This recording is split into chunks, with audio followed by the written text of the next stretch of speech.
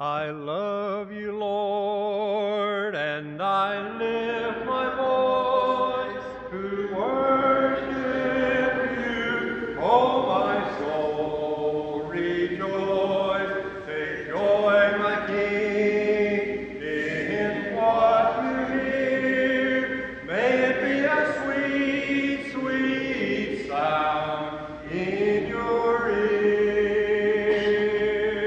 I love you, Lord, and I lift my voice to worship you. Oh, my soul, rejoice.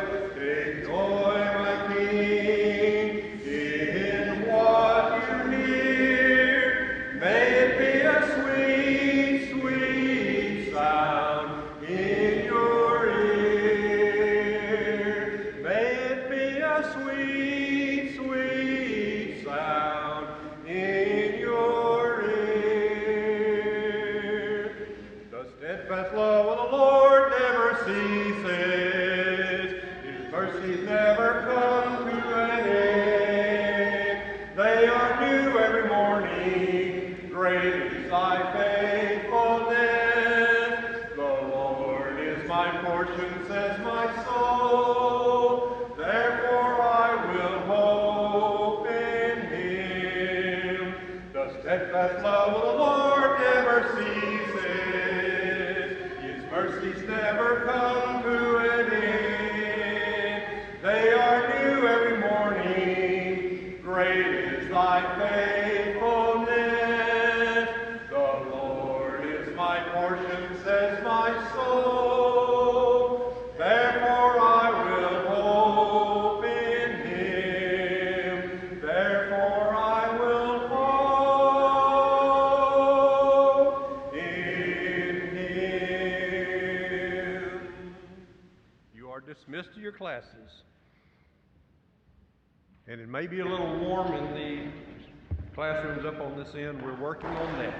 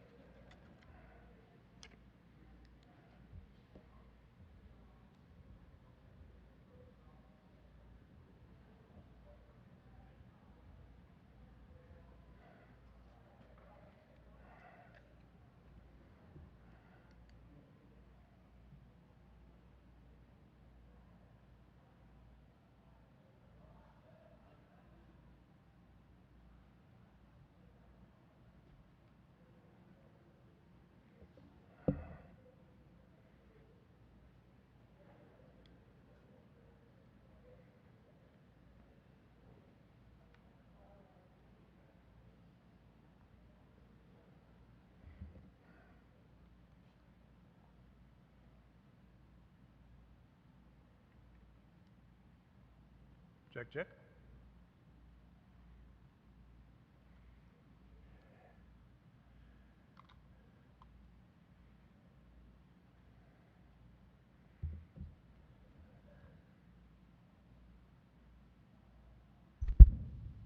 Ooh, now it works. Okay.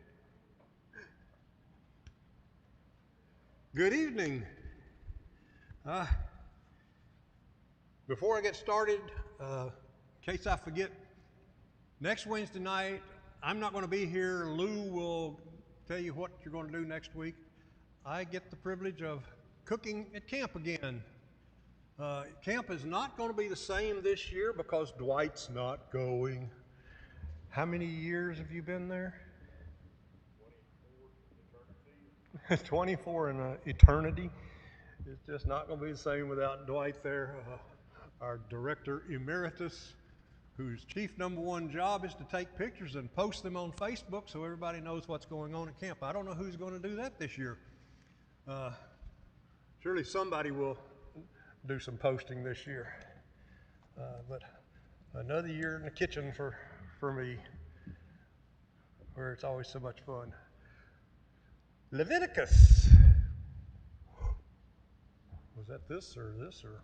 Okay. Leviticus, the book of laws. We're starting into chapter 9 tonight, week 6 of our class, so we're doing pretty well, getting through. With any luck, we're going to make 3 chapters tonight because we're not going to read a lot of it. We finished last week with Aaron and his sons having been consecrated to the work of the tabernacle. I don't have the pictures up this week, but remember Aaron had his fancy clothes on.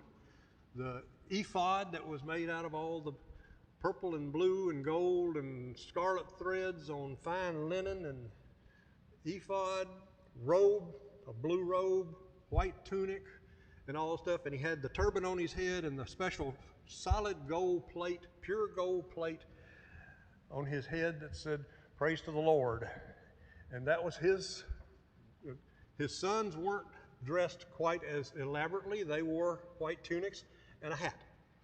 So you could tell Aaron, and remember he had the little bells on the bottom of his blue robe, his blue robe, bells and pomegranates. So when he walked, he made a lot of noise and clattered, and everybody knew that the high priest was coming.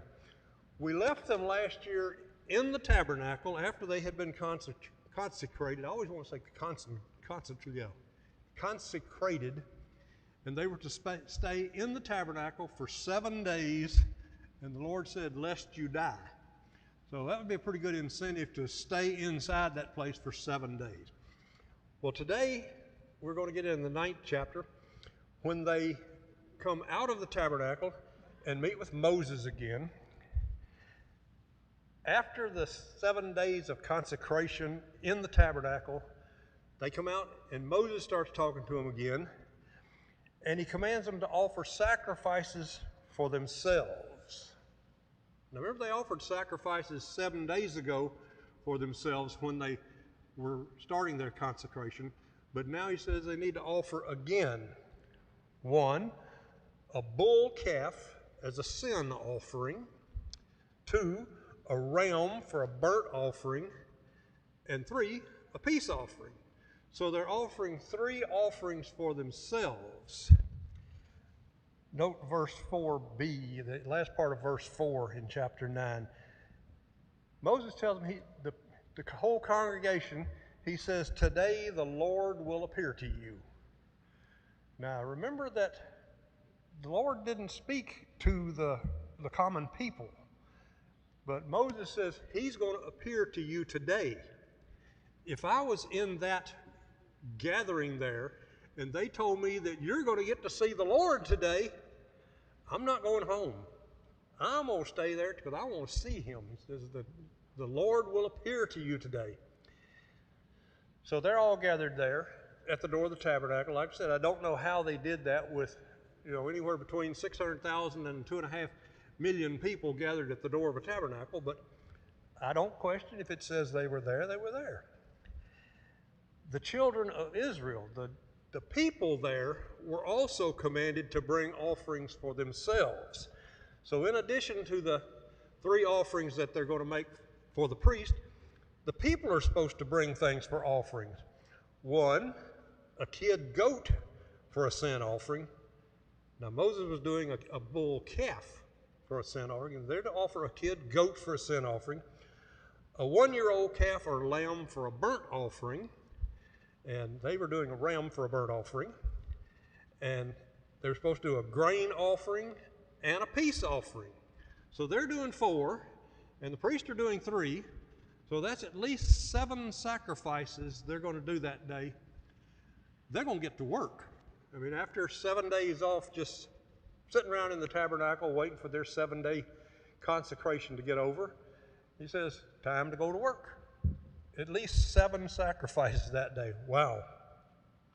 And then the breast and the right thighs of all these also are becoming wave offerings, but they're off the offerings that are brought. Leviticus doesn't specify whether each family was to bring each one of these offerings. I see a spelling mistake. Or whether it was, one of each offering for the whole congregation.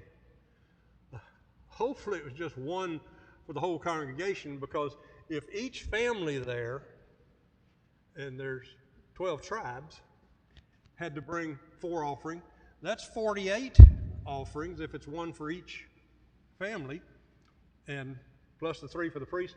Over 50 offerings that day. A lot of work. Doesn't say how it's supposed to be done, but it's going to be a lot of work. Probably for the whole congregation. Either way, it's going to be a busy first day for the new priest. First day on the job, work, work, work, work. Aaron and his son made all the offerings, both for themselves and for the people. And everything was done exactly as the Lord had directed them. And remember, we covered all that in the first 7 chapters of Leviticus, how each offering was to be made. Certain things were supposed to be done with the fat and with the livers and with the heads and et cetera, et cetera. Every one of these were done exactly like they had been commanded by the Lord. Down to verse 23. And Moses and Aaron went into the tabernacle of meeting and came out and blessed the people. This is after the sacrifices have been done. Moses and Aaron both go into the tabernacle, and they come out and bless the people. Notice the next phrase. Then the glory of the Lord appeared to all the people. He told them it was going to happen. It happened. The glory of the Lord appeared to all the people. Not only that, and fire came out from before the Lord and consumed the burnt offering and the fat on the altar. When God makes his presence known, you're going to know it. Moses warned him. He says, you're going to see the Lord today. And when the people saw the Lord, not only him, but fire, boom, and consumed everything on the altars. What do you think the people did? When all the people saw it, they shouted and fell on their faces. I think I would too. I think probably a better word would be screamed. When the Lord shoots fire out and consumes everything, the people shouted and fell on their face. I'm going to fall down too, right there. They know that something special has happened. Quite a show. The Israelites were so awed by the power of God, they fell down in a position of worship. How would you react to such a thing? Probably just like they did. You'd holler and fall down. But not everybody reacted the same way. Let's go into chapter 10. They've been consecrated. They've made their offerings. They've made the offerings for the people. God has showed himself to the people. I mean, a day of glory, a day of awe. 2 of Moses' sons didn't get the memo, didn't make as much impression on them. Chapter 10. Then Nadab and Abihu, the sons of Moses, each took his censer and put fire on it, and put incense on it, and offered profane fire before the Lord, which the Lord had not commanded. So fire went out from the Lord and devoured them, and they died before the Lord. They had just watched fire come out from the Lord and burn up those sacrifices on the altar, and the first thing they do is something wrong. Remember the commandment God had made to the Israelites about the fire on the altar? What was it? It will never go out. This is the holy fire, what's on the altar. This is the holy, don't ever let it go out. 24 hours a day, 365 days a year. Don't ever let that go out. And yet, Nadab and Abihu pull out their Zippos and said, I'm going to use this fire. Come on, people. You just watched the fire of the Lord devour the whole thing. Is that a spider floating around here? That's a long web. Yeah, it's a spider. He's right there. Poor little spider. He did. They just watched the fire of the Lord devour everything, and they used some different fire. They're not thinking very clearly. Do we do the same thing? Sometimes we see glorious things happen, that the Lord has done this and that and the other, and said, well, I think I'm going to do it a little bit different. And fire went out from the Lord and devoured them, and they died before the Lord. And Moses said to Aaron, this is what the Lord spoke. God told me this. By those who come near me, I must be regarded as holy. And before all the people, I must be glorified.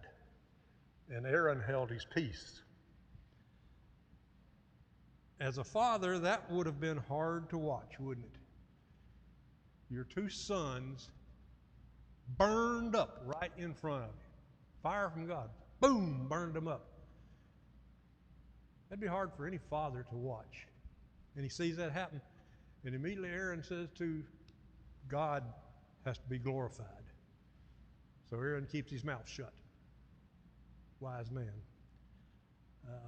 We'll get back to that a little bit more. Why were they killed? Because God had given exact details, instructions on how to worship him. And he had told them about the fire. This fire never goes out. Don't use some other fire that you came up with.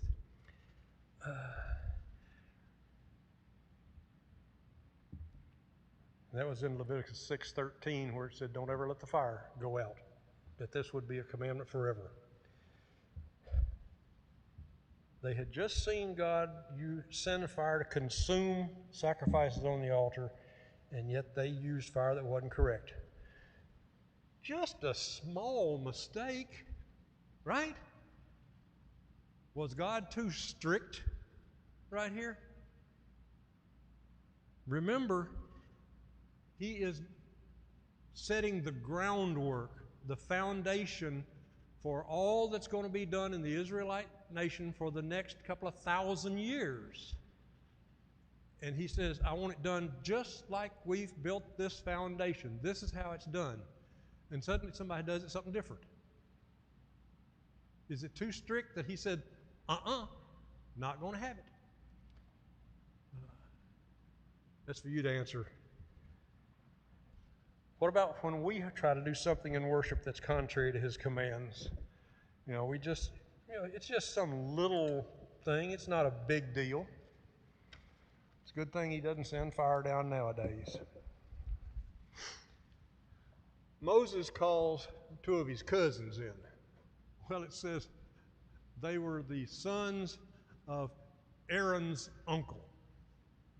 Well, Aaron's uncle would have been Moses' uncle also. So if it's the sons of his uncle, it's his cousins. Funny the way they give, family relationships. It says he called in two sons of Aaron's uncle and had them pick up the bodies of Nadab and Abihu and take them outside the camp. It says they picked them up by their tunics. So fire obviously didn't burn the tunic up, it burned the people in it. They picked them up by their tunics and they carried them outside the camp. Why outside the camp? They were unclean. They had done something contrary. They were unclean. Anything that was unclean, take it outside the camp. Doesn't say whether they buried them or what they did to them, but they took them outside the camp.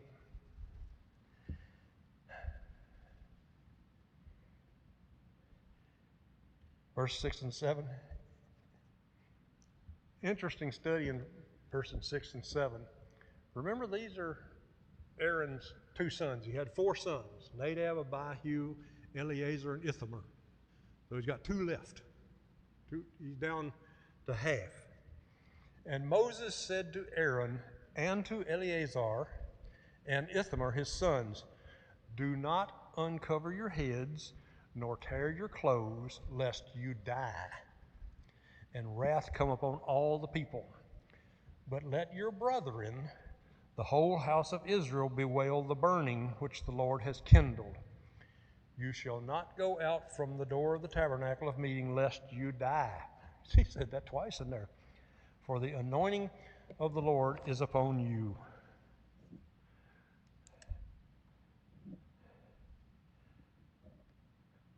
And they did according to the word of the Lord.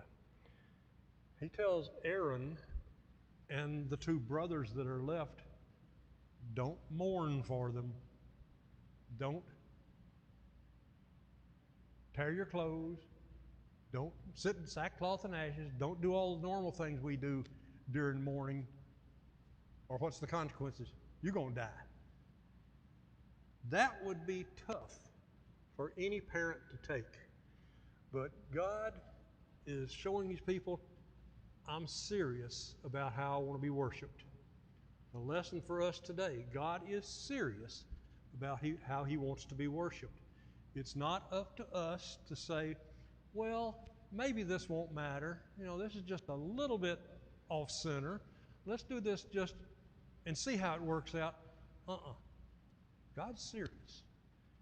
And he wanted the whole Israelite nation to know it. He says, let everybody else wail and mourn, but not you two.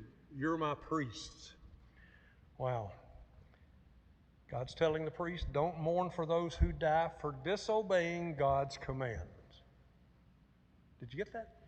Don't mourn for those who die for disobedience. Like we've said before, some of the laws and commands that God gave in the Mosaic law seem very harsh to us. Aren't you glad we live under a law of love? Back then it was an eye for an eye and a tooth for a tooth. Somebody does this to you, cut off their hand. If somebody kills somebody, kill him. No love there. Now we live under a new one. Jesus said one thing, by this all people will know that you are my disciples. How? That you love one another. By the love that you show for other people. That's how people are going to know that you're a Christian. Not because you cut somebody's hand off. Glad we live under a law of love. Okay, now we're in conduct prescribed for the priests, starting in Leviticus chapter 10, verse 8. He says, these are some things that the priests need to adhere to. Do not drink wine or intoxicating drink, you nor your sons with you, when you go into the tabernacle of meeting, lest you die. He uses that phrase a lot, doesn't he? It shall be a statute forever throughout your generations. When you're going to come conduct the worship service, don't drink before you get here. I think that applies to all of us, not just to the preacher who's going to be standing up front or those who are going to be taking part in the service. I think it applies to the rest of it. That's a principle that God said. He says, and what's the consequences? Lest you die. He's told Aaron and his sons that at least 3 times here in the last couple of verses, that you're going to die if you do this. Some of the religions of the world today, wine is a big part of their worship service. And the consumption of it in worship service is a big part. I had a friend that I grew up with who's now a Catholic priest, Father McGrath. Danny, grew up with him. And when Danny was going through, he went down to the seminary in Coleman, Alabama. When he was there, I was talking to him one time, And he said, you know, he says, we don't give the wine to the, I forget what he called them, the congregants, the people there. They don't get the wine. He says, we drink it for them. And he says, sometimes we'll have 3 or 4 masses in a row. And he said, by the time I'm to the last one, I don't even know where I am. And that's the priest telling me that. You know, that I've drunk so much wine, I don't even know what I'm doing when I get to the 3rd or 4th Mass of the day. That's a shame. That's terrible. And I told him so. That I said, you know, you obviously don't know that. He said, don't drink when you come to worship. And, well, that's the way we do it in the Catholic Church. Of course, Danny got me through 2 years of Latin in high school because I helped him study his Latin, and he was helping me study my Latin, and I can probably still do half the liturgy in Latin to this day. You know, Pater noster questum caelus sinicum is noem tuum. You know, that's the Our Father in Latin. But it's a shame that some churches, religions, have taken it so far that they can't go back to the simple commandments that are in the Bible that God set forth when he first started worship and say, you know, that might apply to us today. Let's not do that. Although the command here is for the priest, does it apply to worshipers in general? That's a thought question. I think so. Most of us would not even think about having something before we come to church. Yes, sir.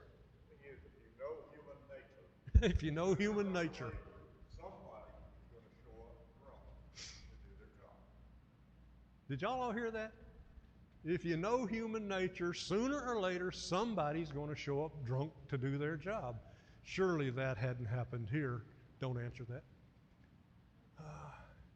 But yes, human nature is, any of us who have worked in industry anywhere for many years, or the military, or anywhere you've worked, have people ever showed up for work drunk or on drugs?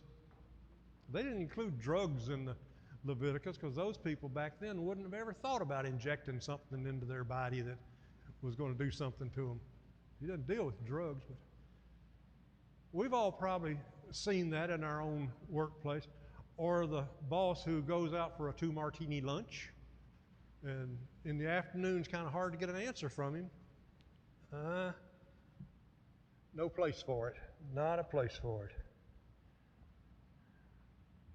Then Moses tells the priests to take a grain offering, which has been made, and use it for a meal.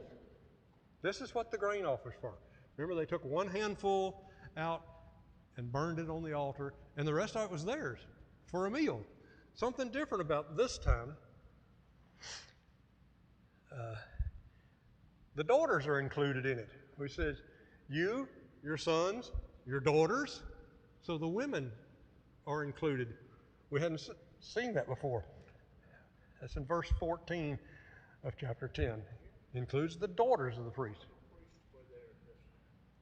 3. Aaron, Eleazar, and Ithamar is all that's left. The rest of what? Okay, good question. What do the rest of the Levites do? Probably cleaned up around the altar. Cut wood. Yes. This was for the Levite tribe that portion was for theirs. Oh, I can't remember it told in Exodus how many Levites there were.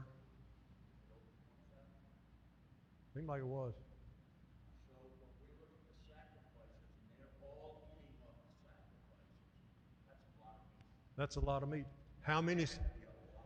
How many sacrifices did they offer a day? That's a lot of wood too.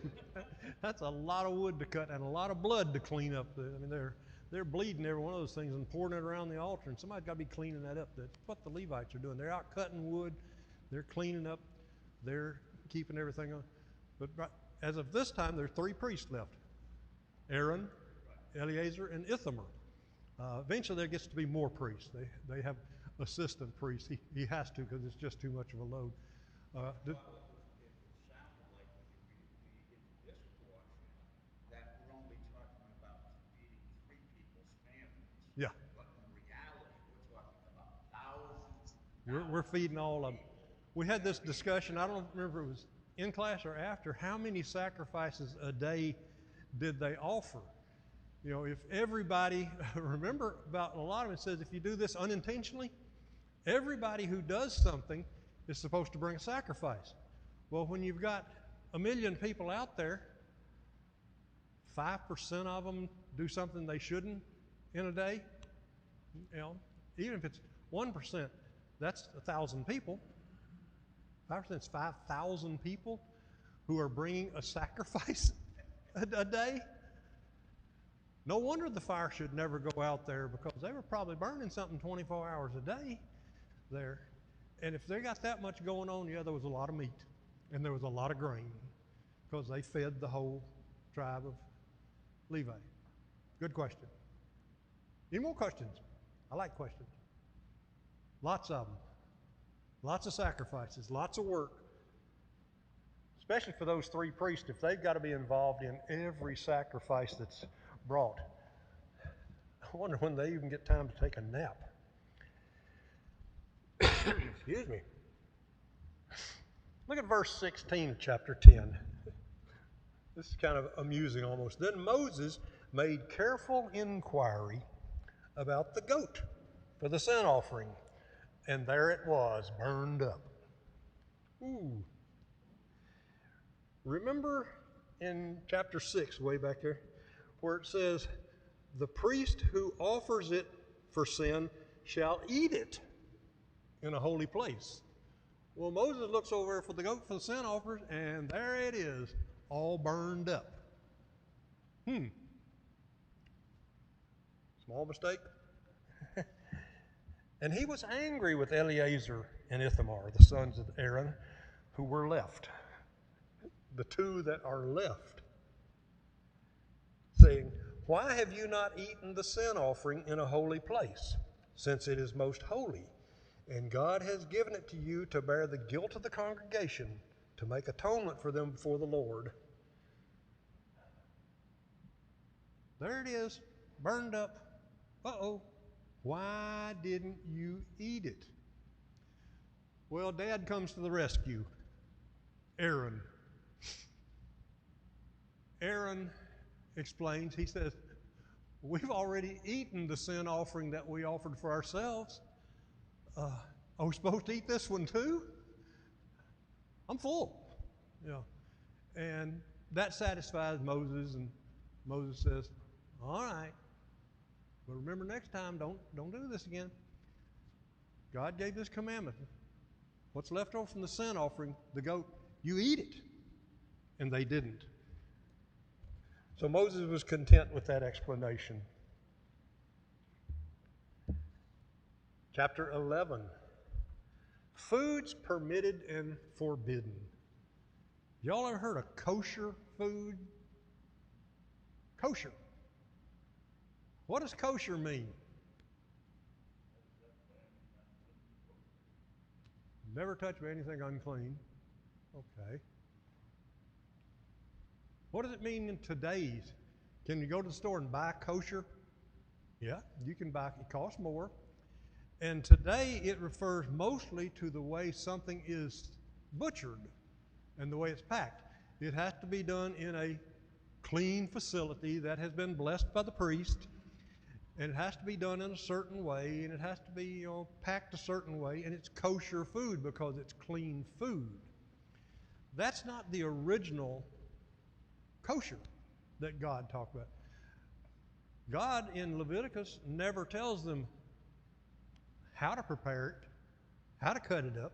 Well, he did for the sacrifices, but for the food that they eat every day, he doesn't tell them how to handle it, he tells them, this animal's clean, this animal's unclean. This animal's kosher, this animal's not. Doesn't get into details of how it's done. So we've strayed a little bit in later days to refer more to how it's butchered instead of what's butchered. I don't know if they have kosher bacon now. I wouldn't doubt it.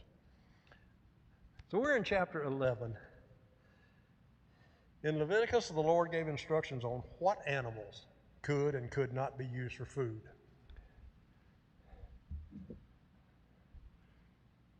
See if we can get this thing to fire up. Leviticus 11,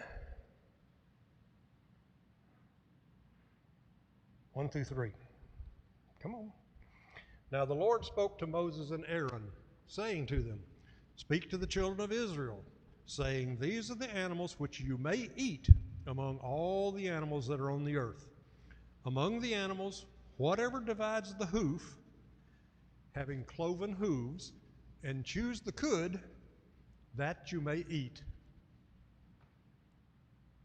That's the definition of a clean animal. What's a cloven hoof? I mean, the Star Wars would have loved cloven hooves, right? Yeah. This one doesn't work as well, but yeah. A split hoof. What animals have split hooves? Cows. You ever seen a cow's footprint? Split down the middle. Sheep, split hoof. There are a lot of other animals that have split hooves, and when we get into when he starts calling out some specific animals, he's also talking about, the feet. If they have 5 things, that to him is a cloven hoof. It's split. A duck would not be a cloven hoof, one thing. Chews the cud. Y'all all know what that is? How many stomachs does a cow have? 7. I thought it was only 4.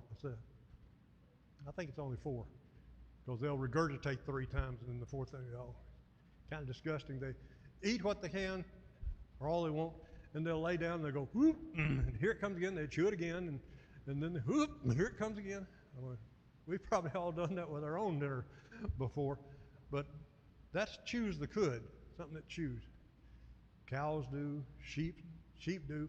They're clean animals. That's his definition of it.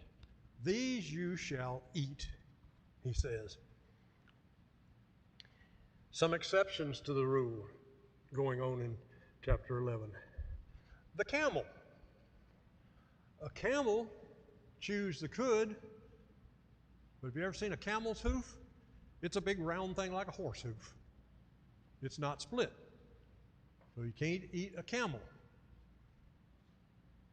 That would destroy a lot of the diets in the Middle East right now, because they love camel. And then he mentions the rock hyrax. I looked that up to see what a rock hyrax is, and it looks to me like a prairie dog or a groundhog. So it's a rock hyrax. Over there, it's indigenous to that area of the Middle East, northern Africa, and the part around Israel and Palestine, that area, the rock hyrax. For the same reason, it chews the cud, but doesn't have a split hoof. This one I couldn't have grown up with without a rabbit. Can't eat, it says a hare. Hare is a rabbit. Can't eat a rabbit. Same reason. They chew the cud, they don't have a split hoof. And the one we're most familiar with, swine, pigs. Pigs have cloven hooves, but they don't chew the cud. So you couldn't eat a pig. So he specifically names those animals that you can't do with it. And he ends this discussion with, their flesh you shall not eat, and their carcasses you shall not touch. They are unclean to you. So not only can you not eat these things, you shall not touch them. Well, it says the carcasses you shall not touch. We have pretty good documentation in the Bible that they did use camels for transportation. That when the wise men came to see Abraham, it says they got off their camels. So they rode camels, but said, don't touch if one dies, don't touch it. They're unclean animals. And you sure can't eat the thing. Next, God gives rules for things that live in the water. He says, these you may eat of all that are in the water, whatever in the water has fins and scales, whether in the seas or in the rivers, that you can eat. So anything that lives in the water, if it has fins and it has scales, it's edible. Then he gives the exception. But in all the seas and in all the rivers that do not have fins or scales, they shall be an abomination to you. Can you think of something that lives in the sea or in the river that does not have scales or fins? Catfish, eel. Ooh, Chinese would have a fit with that one. What else? Oh, lobster. Lobster, shrimp, yeah, all that are out. Doesn't have fins and scales. Dolphin, shark, whales. One thing that's always intrigued me, someone would ask, why did God say you can eat these but not these? Yeah, why? But if you look at the things that he talks about, let's say like pigs. Pigs Are nasty. have trichinosis. So therefore, if it's not cooked properly, It can kill you. There was a reason. Any of these animals, if you ate them and they're not prepared properly, can kill you. Uh-huh. So maybe he's just protecting them from themselves. Gee, isn't that amazing? Maybe he's protecting them from themselves. Where he says, don't eat this. If you don't cook a pig right, trichinosis is going to kill you. So, don't eat it. No, why? Rabbits have, we call them weevils in Tennessee, worms that get up under the skin of the rabbit, and they will sure make you sick if you eat a rabbit that's got that in. So you have to always look at them real easy. God says, don't eat them. So most of them, there was a reason he says, don't eat this. Groundhog, I can understand. Don't eat that. We had some tenant farmers on my granddaddy's farm that anytime the boys, we would go out and my grandmother would pay us a dime for every groundhog we could kill around her garden. And we'd have to take it down to Jim and Beulah, who lived there far, and they would eat anything. Groundhogs, possums, raccoons, anything. I tried some of that stuff. She'd say, come on down and have some of this. No. Groundhog is the greasiest thing you've ever eaten. It has a terrible taste. I can understand why you rule that one out. But squirrels and rabbits, got to have that on the menu. Catfish, because they don't have scales. Dolphins, sharks, whales, crustaceans, because they don't have scales. Eels, because they don't have fins. So he says, in order for you to eat that, it's got to have fins, it's got to have scales. Next up is flying things. Well, I got a lot of misspelled words here. I must have been doing this in a hurry. God lists the birds that cannot be eaten. There's so many birds out there, it's probably easier to say, this type of bird, don't eat. And I agree with him on just about every one of these. The eagle, the vulture, the buzzard, the kite, and the falcon. What do all of those eat as a major part of their diet? Dead animals. Yes. They all eat carrion, dead animals. Yes, the eagle, which is the symbol of the United States and looks so pretty, the bald eagle, will eat anything, any piece of roadkill they can find out there. They'll eat it, just like a buzzard and a vulture. God's garbage trucks. If you have a possum gets run over the road in front of your house, just wait a couple of hours and there'll be a buzzard by and have lunch, have a warm meal out of it. I can understand. He says, don't eat those. Why? Because what they're eating is disease, got bacteria and all in it. If you're going to eat the meat from them, you're going to get the same bacteria they do. So don't eat those. The raven, that's a crow. Don't eat an old crow. The ostrich, owls, and he names 5 or 6 different kinds of owls, but just mainly owls. The seagull, the hawk, the stork, the heron, the hoopie. I got to check that. Hoopoe. Hoopie. I had to look up a picture of a hoopie. Looks like a plated woodpecker to me. Got the top notch and all. Looks just like a woodpecker. I guess that's as good a name as anything for a woodpecker. Call him a hoopie. Hey, there's a hoopie up in the tree up there. And the bat. Don't eat a bat. I don't know who would be tempted to eat a bat. That's just a rat with wings. The Chinese will eat anything. They eat bats and think it's a delicacy. Don't eat them. But anything else that flies, you can eat it. I'm glad you can eat quail, you can eat dove, you can eat pheasant, all those other good things out there you can eat, but not herons. Our sandhill cranes, you can't eat them. Although I know people that have tried. They say it's not too good. But he specifically says don't eat these things. And most of them, to go back to the point Dwight was making, there was a reason behind it. You're going to get sick if you eat these things. So let's just put them on the unclean list. Then the instructions for the insects, the last ones that are in here. All flying insects that creep on all 4s shall be an abomination to you. I'm glad he put that in there because that eliminates cockroaches. I wouldn't want to eat one of them things anyway, but he says if it crawls on all 4s, it's an abomination. Yeah, they are. Yet these you may eat of every flying insect that creeps on all 4s. Those who have jointed legs, ding, ding, ding, above their feet, and which leap on the earth. Grasshoppers, locust, crickets. Any of y'all ever eaten any of those things? Doesn't specifically say ants. I've eaten ants too.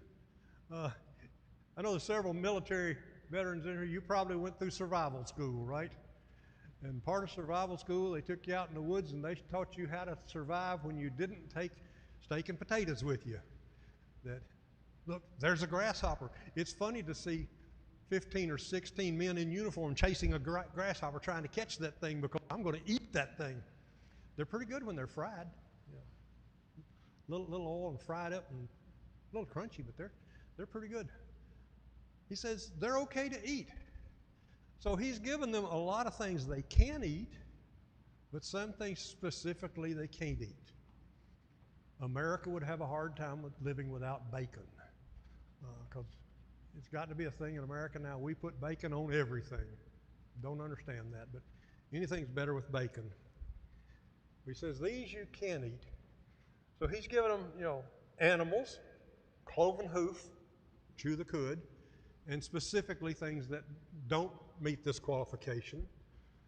Things that live in the ocean, has to have scales, has to have fins, and that way it's good to eat. Birds, specifically gave you the ones you can't eat, and mainly it's those that eat carrion. You can't eat that. Doves, quails, pheasant, they're good, but you can't eat those. And insects. You can eat grasshoppers and crickets and locusts, but the rest of them are off limits. Notice in his list of things you can eat and things you can't eat, he never used the word kosher. That's a word somebody made up later, kosher. And they try to, make that apply to everything that can be eaten and can't be eaten, and whether this is a kosher diet and this is not a kosher diet. That word's not even in the Bible. It's just this particular animal you can't have, regardless of how it's killed. And this particular animal you can have. So He made it quite simple for his people. Did they complain? Oh, yes, they complained. Sometimes I just have to laugh when I think about the Israelite nation. Remember when they came out of Egypt and they were obviously driving cattle and sheep and everything with them, and yet their number one complaint was, we don't have anything to eat. Look at all the cows you got here. We don't have anything to eat. So he gave them manna. Manna tasted like honey wafers. Just go out there and pick it up off the ground. They complained about that. He gave them quail to eat. They complained about that. They just like to complain. We don't have water, so he gave them water. And they complained about that. They like to complain. So all through their wanderings, the Israelites are a complaining people. They complain a lot. God is a benevolent God. Sometimes I wonder how he shuts his ears off to all the complaints that he has to hear every day of people saying, I don't like this. I wish it was something different. But that's the way he said. He lays these laws out in the book of Leviticus. This is going to be the law. For the next 2,000 years, what I'm putting down in Leviticus is going to be the Mosaic law. Thank goodness Christ came later and he said, we're doing away with the Mosaic law. Old things are passed away. Behold, all things are new. So we can have bacon for breakfast now and other things. Any more comments? Appreciate your comments tonight, your questions. We'll get into the 12th chapter. Remember, I'm not going to be here next week. Lou will tell you what you're going to do next week. And then we'll be back if I survive camp.